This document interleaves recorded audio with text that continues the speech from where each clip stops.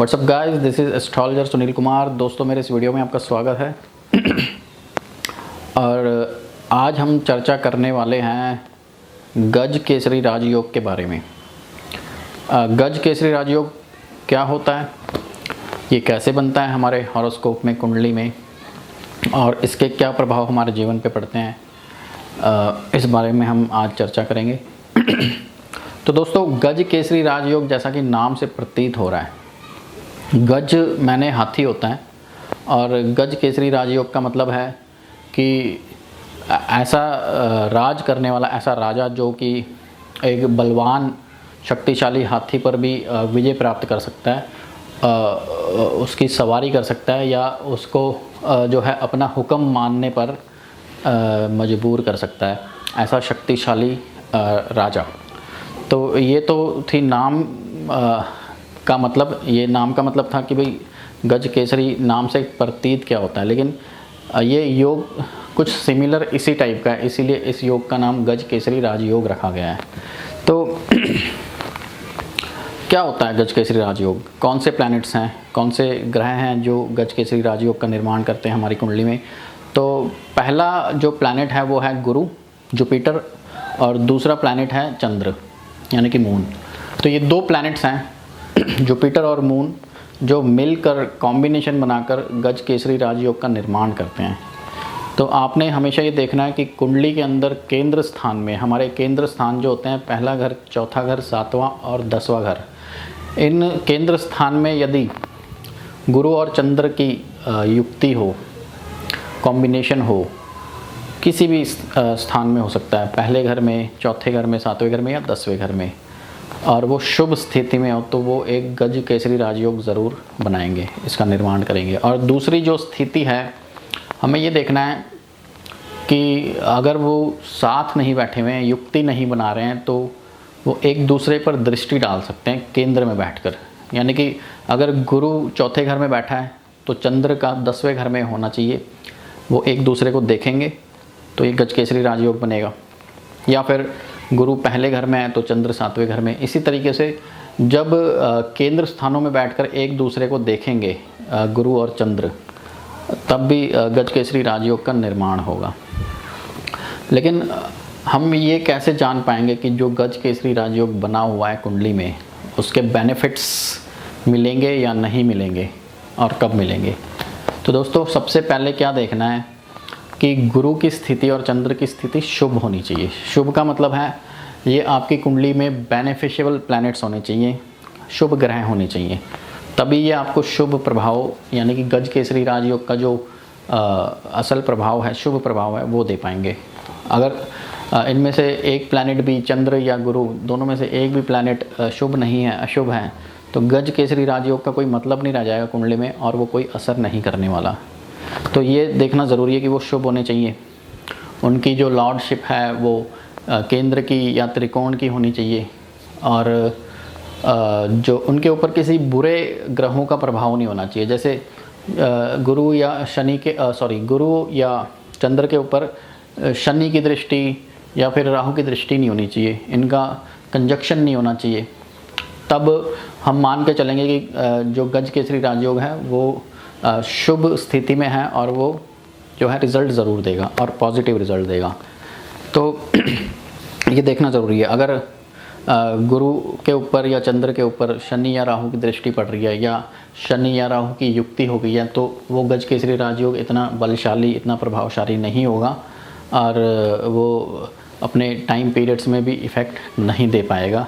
और हम यही सोचते रह जाएंगे कि भाई गज केसरी राजयोग था, उसके बावजूद इफ़ेक्ट क्यों नहीं दिया। तो किस प्रकार के रिज़ल्ट्स ये नॉर्मली देता है गज केसरी राजयोग। अगर किसी की कुंडली में, आपकी कुंडली में स्थापित है गज केसरी राजयोग, तो एक किस प्रकार के।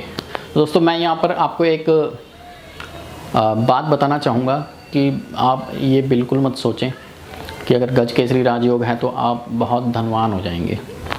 ऐसा ज़रूरी नहीं है। कोई भी राजयोग जो आपकी कुंडली में बनता है वो सिर्फ धन से कनेक्ट कर जाए, ऐसा ज़रूरी नहीं होता है। हर राजयोग का अपना अपना एक अलग नज़रिया, एक अलग काम होता है। जो धन देगा वो धन योग होंगे आपकी कुंडली में, वही आपको धनवान बनाएंगे। अन्यथा कोई भी राजयोग होगा वो धन से रिलेट नहीं करेगा। अब हम ये देखेंगे कि भी जो गज केसरी राजयोग है वो किस प्रकार आपको फ़ायदा देगा। तो कुछ लोगों का मानना ये भी है कि गज केसरी राजयोग अगर है आपकी कुंडली में तो आप राजा की तरह ज़िंदगी बिताएंगे, बहुत पैसा होगा, बहुत ज़रूरी नहीं है। हो सकता है कि आपके कुंडली के अंदर एक गज केसरी राजयोग हो, फिर भी आप एक नॉर्मल और साधारण जीवन बिता रहे हैं, एक छोटी सी नौकरी कर रहे हैं, लेकिन ठाट बाट आपके बिल्कुल भी राजा वाले नहीं हैं। लेकिन इसका एक परिणाम ज़रूर होगा, वो ये होगा कि आपके अंडर में या कि आपके साथ जुड़े हुए ऐसे हज़ारों लाखों लोग हो सकते हैं जो आपकी बात को मानेंगे। चाहे आप किसी भी ओहदे पर हो, चाहे आप किसी भी पोजीशन पे हो, आपके अंडर में लोग होंगे जो आपकी बात को फॉलो करेंगे, आपको एक नेता की तरह मानेंगे। तो आपके अंदर वो लीडरशिप होगी। गज केसरी राजयोग आपको एक लीडरशिप देगा। चाहे आप किसी भी स्टेटस पे हो, आप चाहे किसी यूनियन के लीडर हो सकते हो, किसी इलाके में, किसी मोहल्ले में आप एक ऐसे पर्सनैलिटी बन सकते हो जिसकी बात वो सोसाइटी के, मोहल्ले के लोग सब मानना चाहते हैं। तो आपके अंदर वो लीडरशिप क्वालिटी होगी। गज केसरी राजयोग जो है आपको एक लीडरशिप क्वालिटी देगा और लोगों को मजबूर करेगा कि वो आपकी बात को माने, या लोगों को आपके पास आना पड़ेगा हेल्प के लिए, सहायता के लिए। वो आपसे सहायता मांगेंगे और आपकी हेल्प चाहेंगे अपने हर छोटे मोटे कामों के लिए।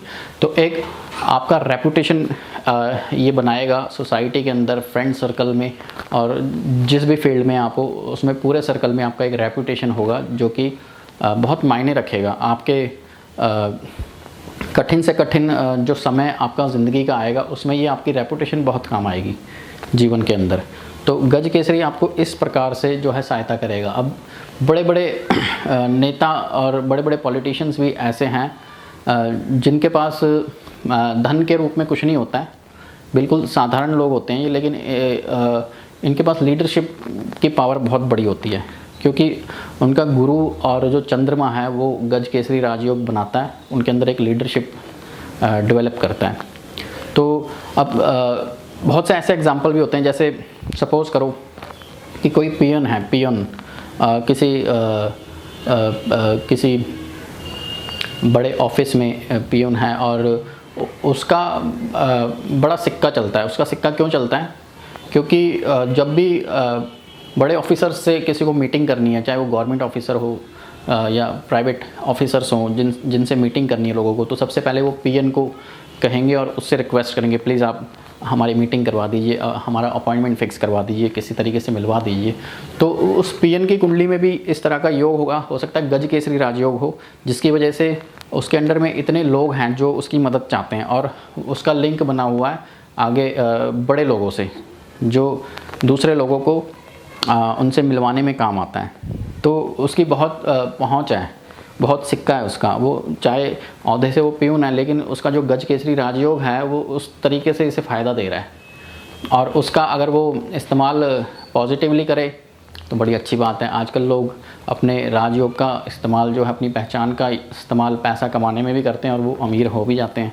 वो अपना कमीशंस लेते हैं, डीलिंग्स करवाते हैं, उसमें कमीशंस लेते हैं। तो उस तरीके से आपने न्यूज़ वगैरह में सुना होगा कि भाई बहुत बार ऐसी न्यूज़ आती हैं कि भाई कोई पियून था, कोई चाय वाला था, उनके पास इतना पैसा निकल गया, उनके पास इतना काला धन निकल गया। तो ऐसे लोगों के पास अच्छे योग होते हैं, पैसा कमाने के भी होते हैं, और उनके लिंक्स अच्छे अच्छे बन जाते हैं जिसका वो फ़ायदा उठाते हैं। और ये लिंक्स बनते हैं उनके लीडरशिप क्वालिटी से।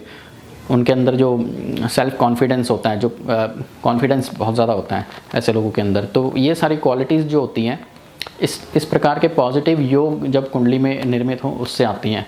ये आपके ऊपर डिपेंड करता है कि आप अपनी पॉजिटिविटी को कैसे यूज़ करते हैं, नेगेटिवली यूज़ करते हैं या पॉजिटिवली यूज़ करते हैं, पैसा बनाने में यूज़ करते हैं या आप अपना स्टेटस ऊपर ले जाने में, अपना नाम और शोहरत के लिए यूज़ करते हैं। तो ये तो आपके ऊपर डिपेंड करेगा। लेकिन आपके योग जो हैं, राजयोग हैं, वो इस प्रकार से काम करते हैं।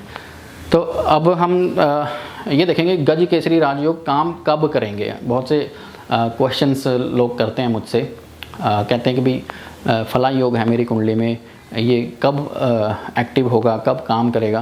तो दोस्तों जो भी प्लैनेट्स आपका पॉजिटिव या नेगेटिव योग बनाते हैं वो मैक्सिमम रिजल्ट्स अपनी दशाओं में देते हैं, अपने टाइम पीरियड्स में देते हैं। अब सपोज़ करो गुरु और चंद्र मिलकर जो राजयोग बना रहे हैं आपकी कुंडली में, तो वो रिज़ल्ट देंगे गुरु और चंद्र की दशाओं में, अंतरदशाओं में। हो सकता है गुरु की महादशा चल रही हो और चंद्र की अंतरदशा, तो उस टाइम वो योग एक्टिवेट होगा और अपना जो मैक्सिमम रिज़ल्ट है उस टाइम में देगा। पत्यंतर दशाओं में भी रिज़ल्ट आते हैं। अगर महादशा चंद्र की है तो अंतरदशा गुरु की आएगी तब रिज़ल्ट मिलेगा, या अंतरदशा गुरु की और पत्यंतर दशा चंद्र की तब भी रिज़ल्ट मिलेगा। और कितना पॉजिटिव है कितना नेगेटिव है डिपेंड करेगा महादशा लॉर्ड पे, जो कि थर्ड दशा होगी। तो और इस बात पे भी डिपेंड करेगा कि उस दशाओं में जो उन प्लैनेट्स के साथ बैठे हुए प्लैनेट्स और प्लैनेट्स हैं, जैसे राहु और शनि को छोड़कर कोई मंगल है, अपना शुक्र है, वो सारे प्लैनेट जब कंजक्ट करते हैं इन राजयोग बनाने वाले प्लैनेट्स के साथ, तो अकॉर्डिंगली रिजल्ट्स आते हैं, उनके हिसाब से रिजल्ट्स आते हैं। सपोज़ करो वीनस बैठा है तो Venus the planet of luxury, तो अब गज केसरी राजयोग बन रहा है, साथ में वीनस भी चंद्र या गुरु के साथ बैठा है, तो वो अपने जब राजयोग एक्टिव होगा अपनी दशाओं में, अंतरदशाओं में, तो वीनस का भी रिजल्ट देगा आपको, कहीं ना कहीं से लग्जरी से जोड़ेगा और बेनिफिट्स जो वीनस के होते हैं वो भी मिलेंगे। तो इस टाइप से जो है रिज़ल्ट आएंगे अकॉर्डिंगली दशाओं के दौरान। इसके अलावा यदि आपके कुंडली में इस टाइप के योग हैं, पॉजिटिव योग हैं, तो उनसे रिलेटेड जेमस्टोन्स भी आप डाल सकते हैं और वो जेमस्टोन्स पर्टिकुलर नीड के लिए काम करेंगे। जैसे अगर गजकेसरी राजयोग है जो आपकी लीडरशिप को स्ट्रॉन्ग करता है, तो उनके जेमस्टोन पहनने से लीडरशिप स्ट्रॉन्ग होगी, क्योंकि वो प्लैनेट्स आपके स्ट्रॉन्ग हो जाएंगे।